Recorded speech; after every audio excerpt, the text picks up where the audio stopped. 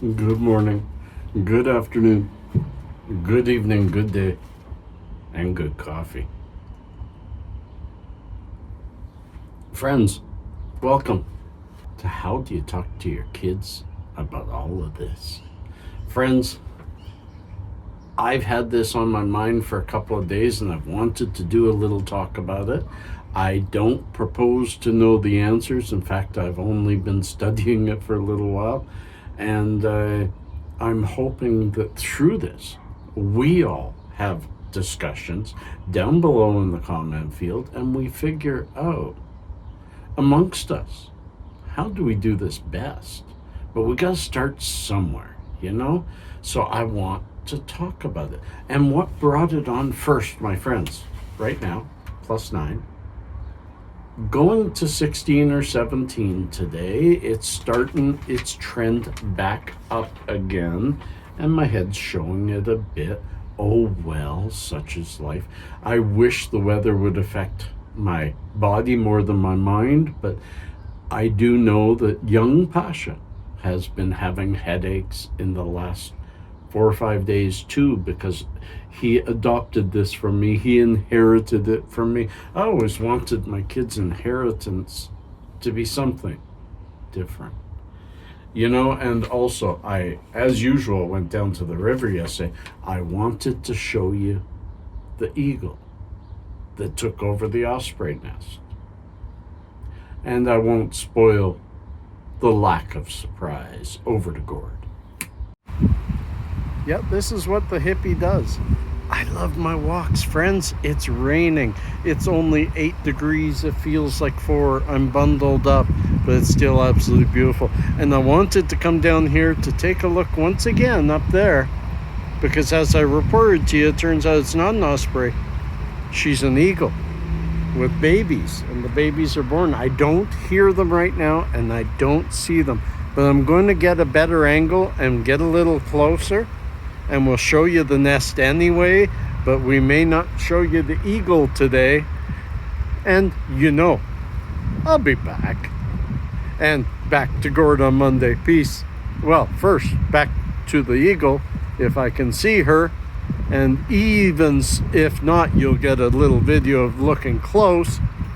And then back to me tomorrow in the future. Peace.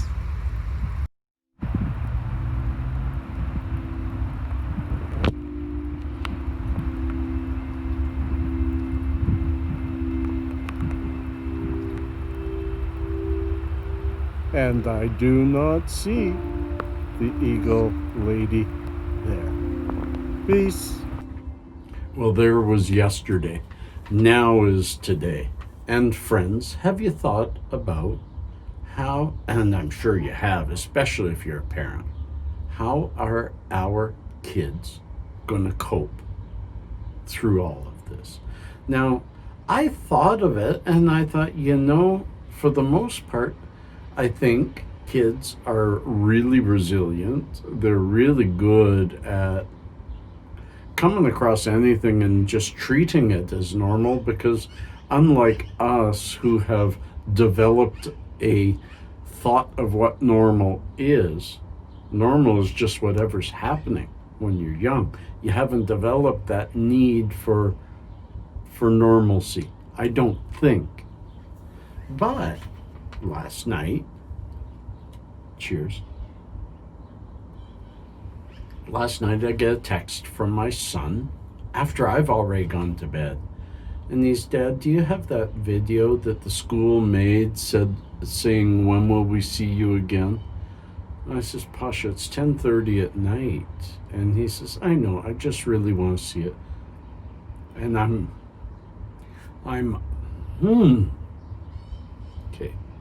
I'm on the verge of crying, because I could tell just from the text he was sad. He was missing his friends. He was missing normalcy. And that prompted me to wake up early this morning and read and try to find a website that could help guide me. And it did. It helped me. So, friends, I'm going to share it with you too. You can see below is the website. And they suggest, let's see, 1, 2, 3, 4, 5, 6 things. They didn't, it doesn't matter. I'm going to go through them. They suggest that you need to focus on the positive with your kids. You could read along. I'm not going to read the article. It's all mostly common sense, but sometimes we forget. Focus on the positive. They've seen a lot of negative, especially if your kid knows someone who got sick.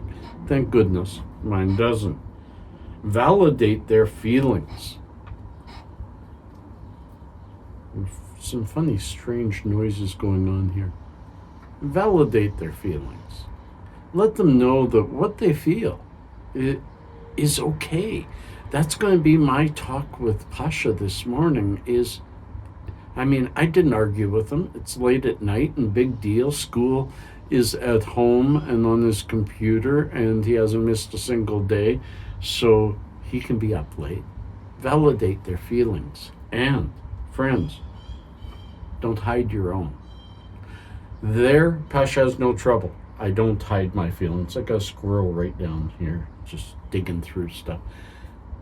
I never hide my own. I do the best I can to share it without hurting my kids. But I always felt that if you have something, it's got to come out, So make a plan. Make a plan for how you're going to start getting back to normal and involve the kids in the plan. Let them help make it. Let them be able to 20, 30, 40 years from now talk about how they helped dad, that they helped mom get through this. Give them some ownership of the climb back out.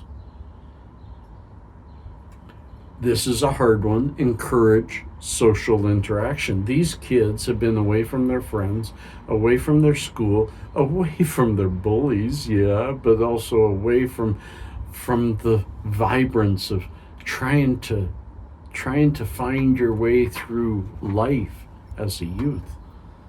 A lot of that's been gone. And how do you encourage re-interaction?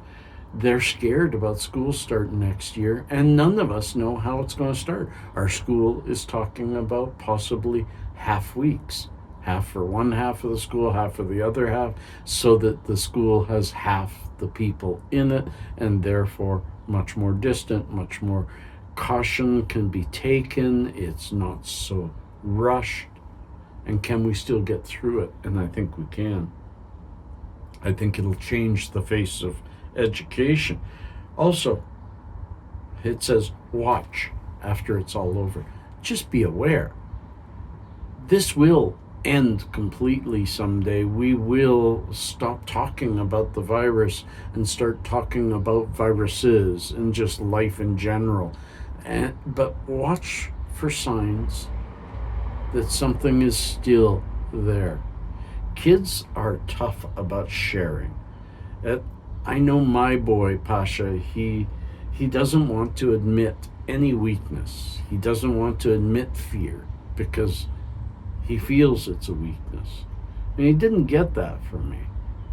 But he's got that. And know your kids. And just keep an eye. Some things could linger for a long, long time.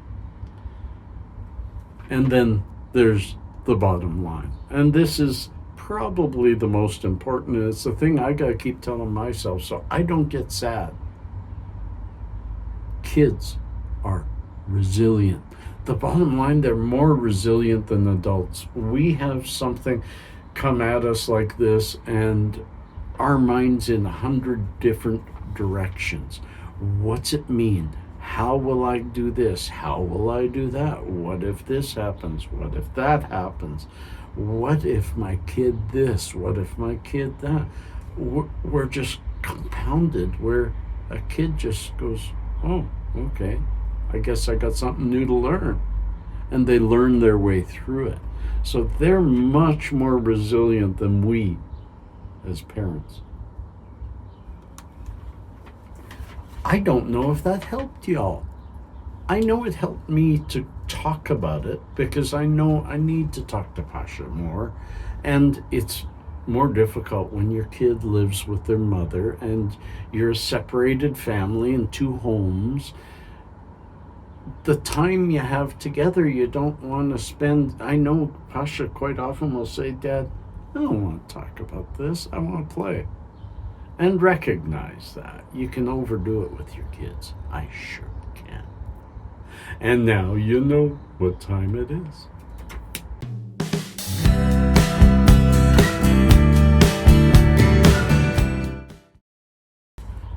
Don't have a lot of good ones today, just have 3 kind of interesting ones.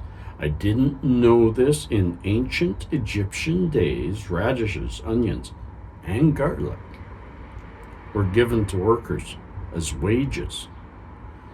Specifically, radishes, because they helped with disease. In Japan, look at that frickin' fish. In Japan, chefs have to train for over 2 years to qualify to serve puffer fish. It's a delicacy in Japan, but if it's prepared wrong, it can kill the person that's eating it. Amazing stuff. I don't ever want to try it. I don't want that chance. And friends, along the lines of food, French fries. They originated in Belgium, not France. They're still French. But they're not France. Sorry, Loggia. And friends, that brings us to the end. I hope you've enjoyed this. I hope your Monday rocks. They usually don't, but try to make it. Make it happen and it'll become yours. Look for someone without a smile today. Give them yours. It's beautiful. Peace.